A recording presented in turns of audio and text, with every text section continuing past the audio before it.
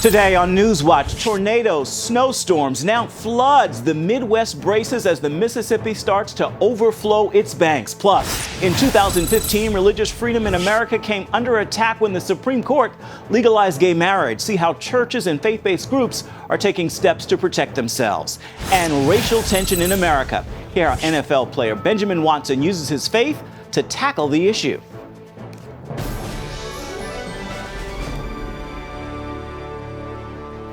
And thank you so much for joining us for CBN NewsWatch. I'm Ephraim Graham. People in Missouri are bracing for the worst today in the wake of a rare winter flood. Federal officials are monitoring vulnerable levees that protect hundreds of homes and thousands of people. In Texas, it is cleanup time after deadly tornadoes swept through Dallas, and in New England, major snow and sleet are still pounding the area. Heather Sells has this look at the winter weather. The Mississippi River and others are rising, and people are scrambling. In a race against time, they're filling sandbags, hoping to protect against flooding and 19 vulnerable levees. The water's come up really fast. I'm convinced that we're doing the right thing. Flooding has already killed 18 people in the Midwest. Some towns like Union, Missouri are partly submerged. More than 500 roads are closed, and many rivers have not even crested.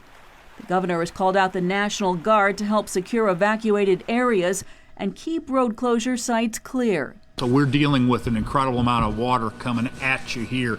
You're talking about almost 10 more vertical feet of moving water.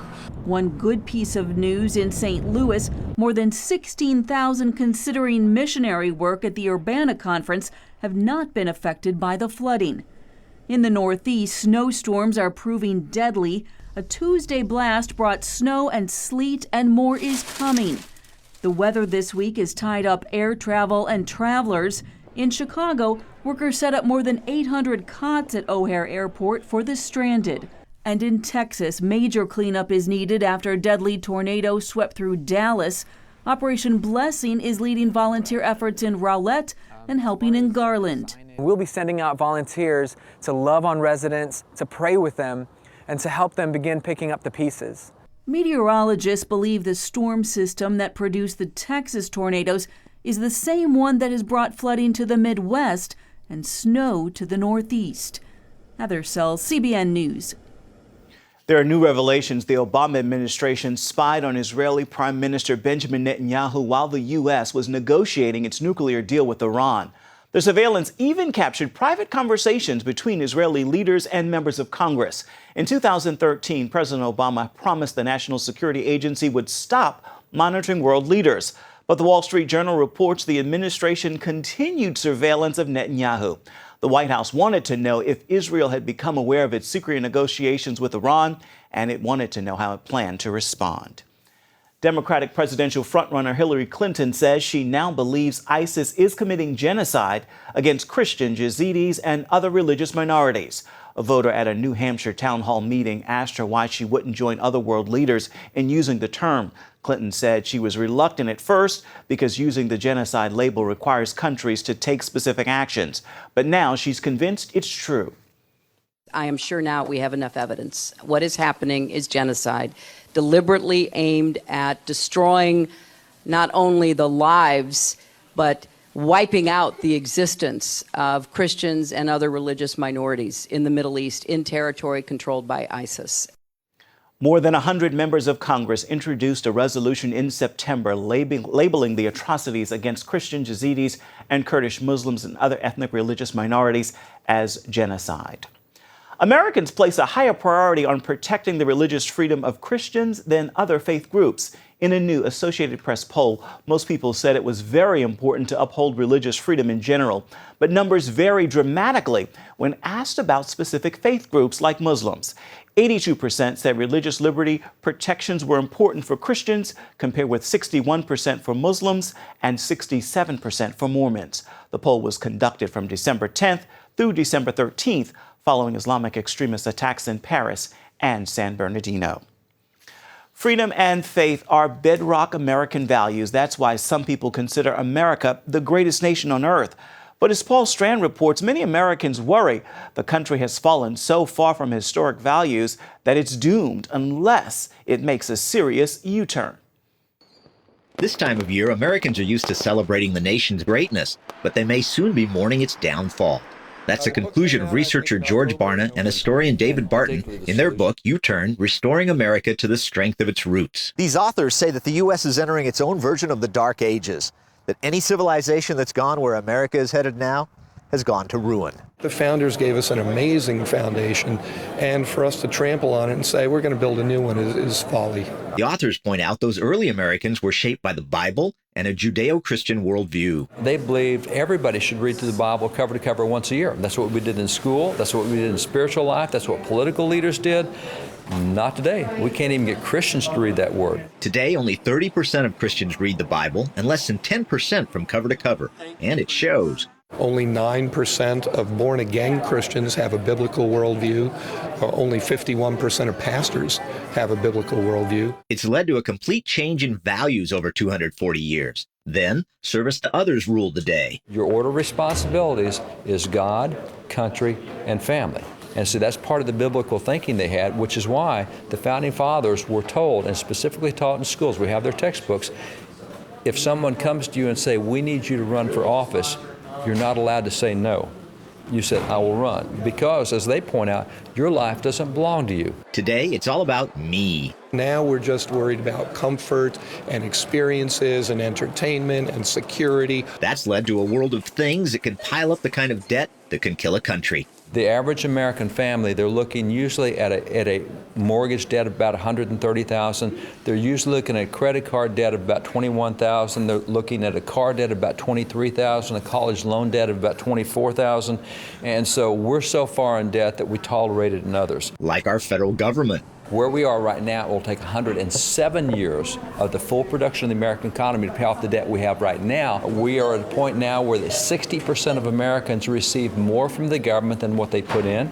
You can't sustain that. Compare that to what Thomas Jefferson said. We can live in debt and extravagance, but we'll be in slavery, or we can be free, but we have to use frugality. George Washington said, avoid occasions of expense. If you want to stay out of debt, just quit spending.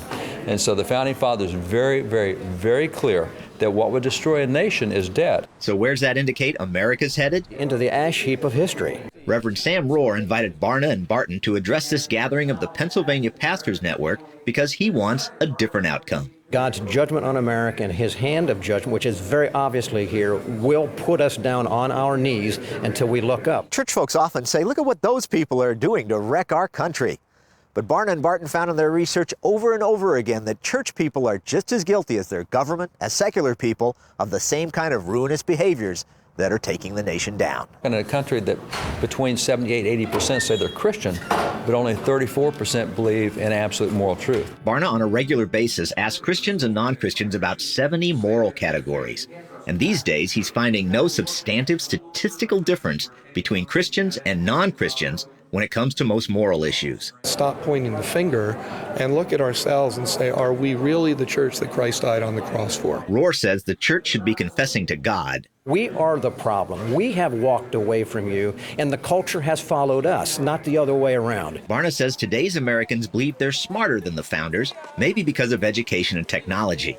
But the founders had that biblical foundation. They didn't have all the things that we think are necessary to have a sophisticated society today. But the key isn't sophistication.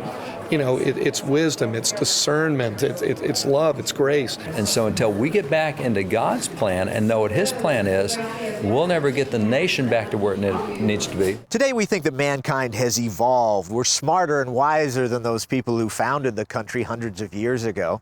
And yet they were so wise that they founded the greatest nation on the earth, while today's generation are well on their way to losing it. Paul Strand, CBN News, reporting from Lancaster Bible College. When it comes to New Year's resolutions, Americans say they want to improve spiritually almost as much as they want to get fit. A new study from Lifeway Research shows 57% say they make health-related New Year's resolutions, while 52% say they address their relationship with God. However, for many groups, faith outranks health. They include African Americans, Hispanics, Christians, and older Americans. Other key areas for resolution making: use of time, family relationships, and finances. Coming up, protecting religious freedom in America. how faith-based groups are preparing for challenges based on legalized gay marriage.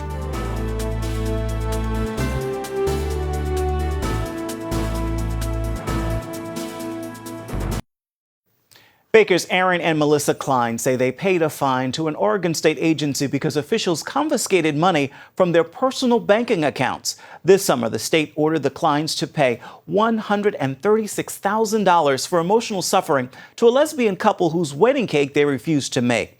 For 6 months, the Kleins refused to pay the fine while they pursued an appeal. Well, Monday, they gave the money to the Bureau of Labor and Industries after it confiscated $7,000 from their personal checking and savings accounts. Fox News writer Todd Starnes says the Kleins told him about the confiscation and said they raised the amount of the fine through donations.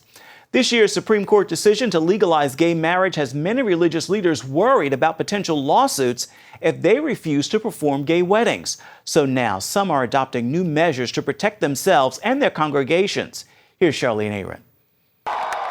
The day marriage changed in America sent shockwaves throughout the Christian community. Bishop E.W. Jackson has been a pastor for more than 30 years. I don't know how much longer people can spit in God's face, shake their fist in God's face, and think that there will not be a response. Pastor Marlon Sharp of Lansdowne Community Church in Virginia Beach had hoped the court would uphold traditional marriage, but wasn't surprised by the outcome. Really, okay, that's the direction that everything has been going. In his dissent, Chief Justice John Roberts wrote that the ruling legalizing gay marriage in all 50 states creates serious questions about religious liberty. Hard questions arise when people of faith exercise religion in ways that may seem to conflict with the new right to same-sex marriage, he wrote. Roberts also warned that churches could lose their tax-exempt status with the IRS if they refuse to recognize gay marriage, saying, "There is little doubt that these and similar questions will soon be before this court," he wrote, adding, "Unfortunately, people of faith can take no comfort in treatment they receive from the majority today." Attorney Carriel Bailey specializes in church law. The ramifications of losing tax-exempt status for charities is astronomical. And so I'm not making light of the fact that these are very real concerns. But again, the day may come when it's one way or the other. She says churches and nonprofit ministries should clearly state their beliefs about biblical marriage and put it in writing. Things like your articles of incorporation, a church constitution, and certainly the bylaws are things that I think every church might want to be looking at. Cases such as bakers and florists facing lawsuits for refusing their services to gay couples have ministers and churches wondering if they could be sued for not performing a same-sex wedding. One precaution includes amending bylaws to reflect that marriage is only between one man and one woman. We worked on a policy statement that is attached to the bylaws, not an actual part of the bylaws, but attached to the bylaws, that states what our policy is regarding marriage. We understand that the Bible teaches that marriage is a union of one man and one woman. Wise legal counsel has said, do it, because if it ever comes down to a lawsuit, it's going to be important to have those things in writing. So yes, I'm going to do it, but look, I'm going to do it resisting with every fiber of my being, because that's not what should be happening in the United States of America.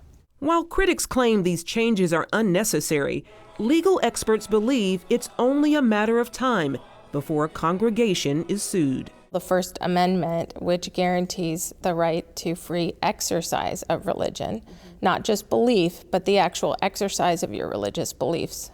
So certainly through the founding documents of various churches and ministries, you can put things in place that will offer protection, although there are no guarantees. Charlene Aaron, CBN News. Up next, New Orleans Saint tight end Benjamin Watson tackles the issue of racial tensions around the country.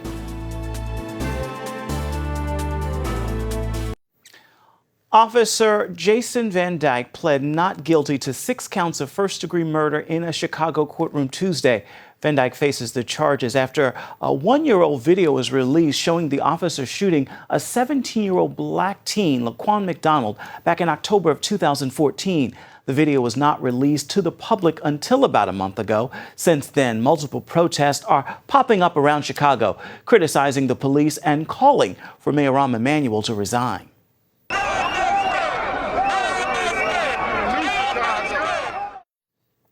This call for action is the latest in a wave of police shootings and protests by the Black community. That unrest started after an officer shot and killed Michael Brown in Ferguson, Missouri last year.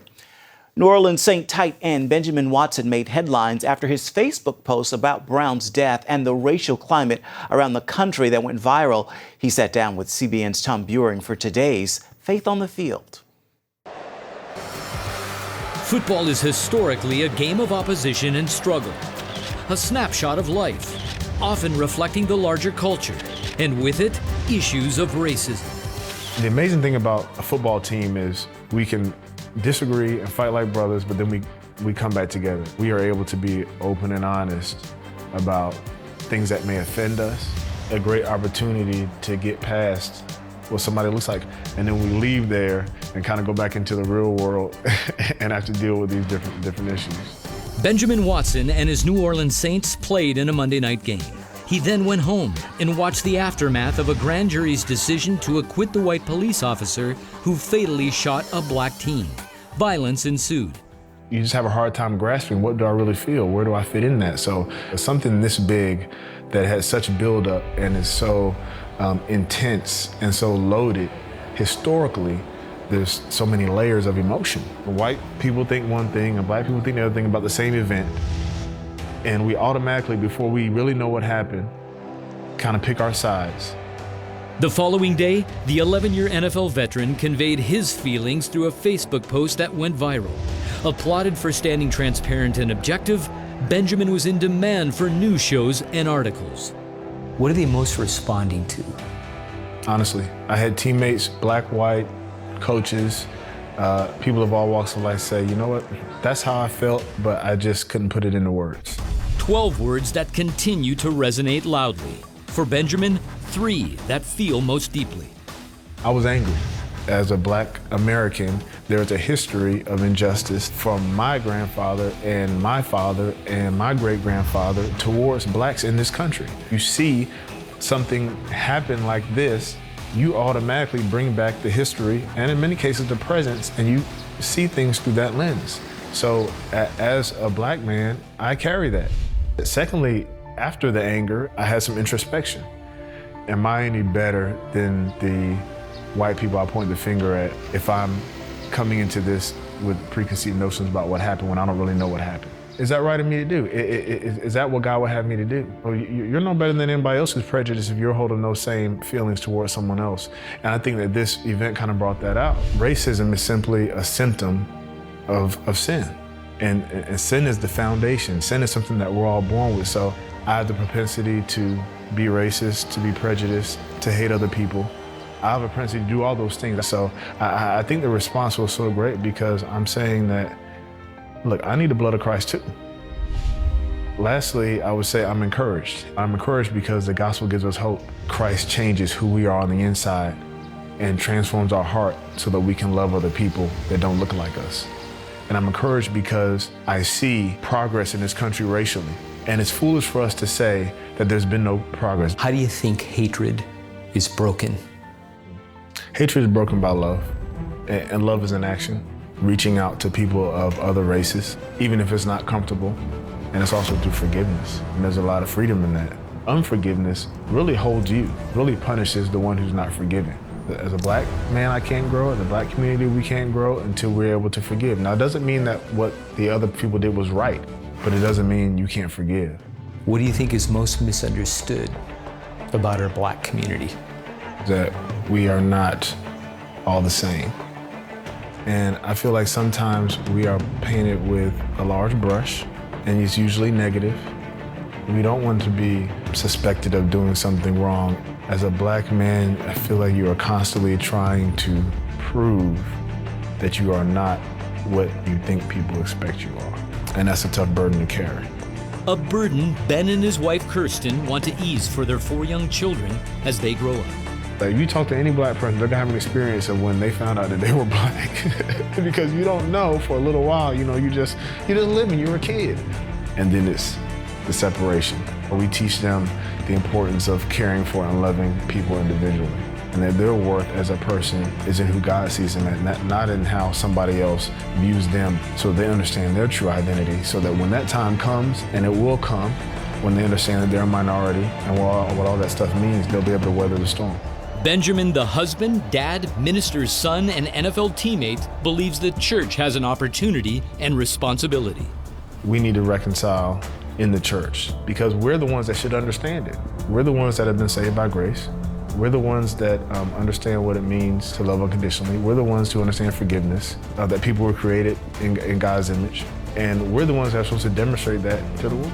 I know who I am because of him. I'm sinful and I needed a savior.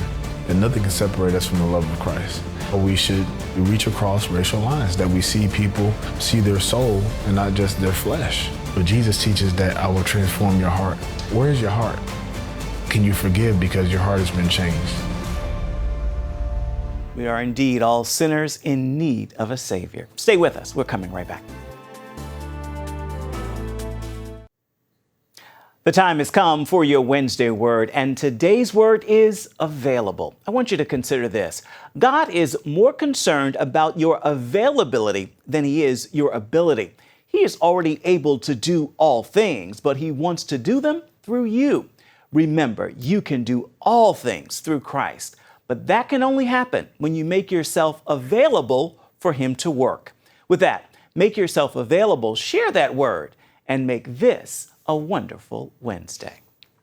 That is going to do it for this edition of CBN NewsWatch. You can find more of our exclusive coverage of the issues you care most about, and you can find it at cbnnews.com. We'd love to hear what you think about the stories you've seen here today. You can do that online as well. Hope you'll join us again right here next time. And again, take time to make this a wonderful Wednesday. We'll see you right back here tomorrow.